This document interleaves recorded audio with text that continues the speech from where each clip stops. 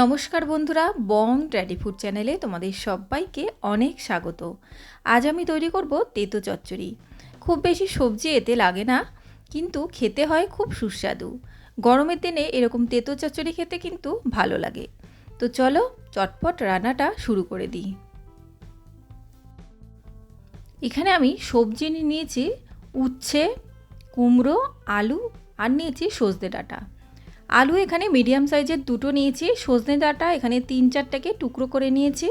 এখানে নিয়েছি দুটো উচ্ছেটাকে লম্বা করে কেটে নিয়েছি। আর কুমড়ো নিয়েছি, কুমড়োটাকে একটু বড় করে কেটে নিয়েছি। আর একটা স্পেশাল মশলা বানানোর জন্য আমি এখানে নিয়ে নিয়েছি সর্ষে আর পাঁচফোড়ন। সর্ষে আর পাঁচফোড়নটাকে শুকনো কড়াইতে আমি একটু নেড়ে নেব 1 মিনিট মতো।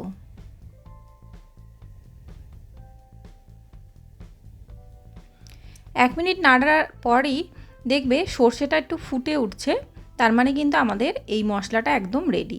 এরপর এটা নাবিয়ে হালকা একটু ঠান্ডা করে এটাকে আমি একটু গুঁড়ো করে নেব। তবে খুব বেশি মিহি গুঁড়ো করার প্রয়োজন নেই, একটু হালকা গুঁড়ো করলেই এটা হবে। এরপর কড়াইতে আমি দিয়ে দিচ্ছি সর্ষের তেল। তেলটা ভালোভাবে গরম হয়ে আসলে আমি এর মধ্যে দিয়ে দিচ্ছি পাঁচফোড়ন। পাঁচফোড়নটা যখন ভালোভাবে হয়ে আসবে তখন এর মধ্যে আমি সবজিগুলো একে একে দিয়ে দেবো।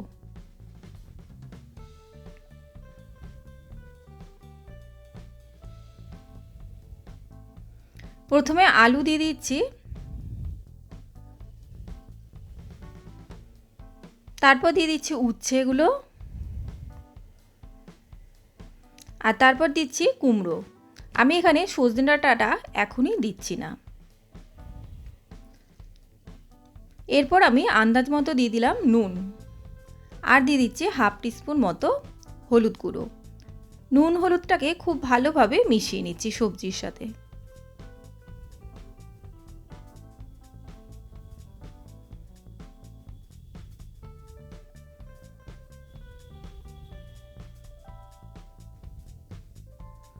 এরপর গ্যাসের ফ্লেমটা মিডিয়ামে রেখে আমাদের ঢাকা দিয়ে দিতে হবে 1 মিনিটের জন্য। 1 মিনিট বাদে ঢাকাটা সরিয়ে নিয়ে আবারও একটু নাড়াচাড়া করে নিচ্ছি।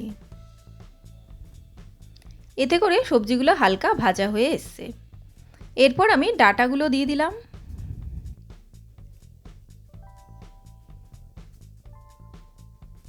তারপর একটু মিশিয়ে নিচ্ছি, তবে খুব বেশি কড়া করে কিন্তু ডাঁটা দেওয়ার পর ভাজবে না। আর এখানে আমি কোনো সবজিই কিন্তু কড়া করে ভাজিনি, এরকম হালকা করে এই সবজিগুলোকে ভাজতে হবে। তারপর এখানে আমি দিয়ে দিচ্ছি 1 কাপ পরিমাণ জল। জলটা বুঝে দিতে হবে যাতে করে সবজিটা সেদ্ধ হয়ে আসে, সেই আন্দাজে এখানে আমি জলটা দিলাম। এবার ভালোভাবে মিশিয়ে নিয়ে এটা ঢাকা দিয়ে আমাদের সবজিগুলোকে সেদ্ধ হওয়া পর্যন্ত অপেক্ষা করতে হবে। 5 মিনিট বাদে আমি ঢাকাটা সরিয়ে নিলাম। দেখো সবজিগুলো কিন্তু আমাদের মোটামুটি নরম হয়ে এসেছে। একটু চেক করে নিতে হবে এই সময়।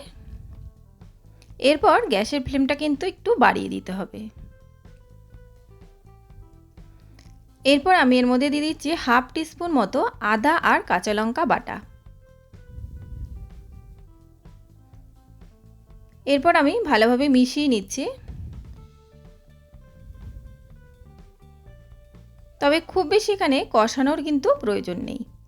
ভালোভাবে একটু মিশিয়ে নিয়ে এটাকে ফুটতে দিতে হবে। যেহেতু সবজি সব ঠিকঠাক সেদ্ধ হয়ে গেছে, এবার গ্যাসের ফ্লেমটা বাড়িয়ে দিয়ে আমি 2 মিনিট মতো একটু ফুটিয়ে নিচ্ছি। এরপর ফোটানোর পর আমি এর মধ্যে দিয়ে দিচ্ছি 1/2 টিস্পুন মতো একটু চিনি, আর দিয়ে দিচ্ছি যেটা তৈরি করে রেখেছিলাম মশলাটা, সেটা। মশলাটা দেখো খেয়াল করলে বুঝতে পারবে খুব বেশি কিন্তু গুঁড়ো করিনি। এরপর মশলাটা দিয়ে ভালোভাবে একটু মিক্স করে নিতে হবে। তো ভালোভাবে মিশিয়ে নিয়ে আমাদের গ্যাসটা অফ করে দিতে হবে। রান্নাটা কিন্তু আমাদের একদম রেডি।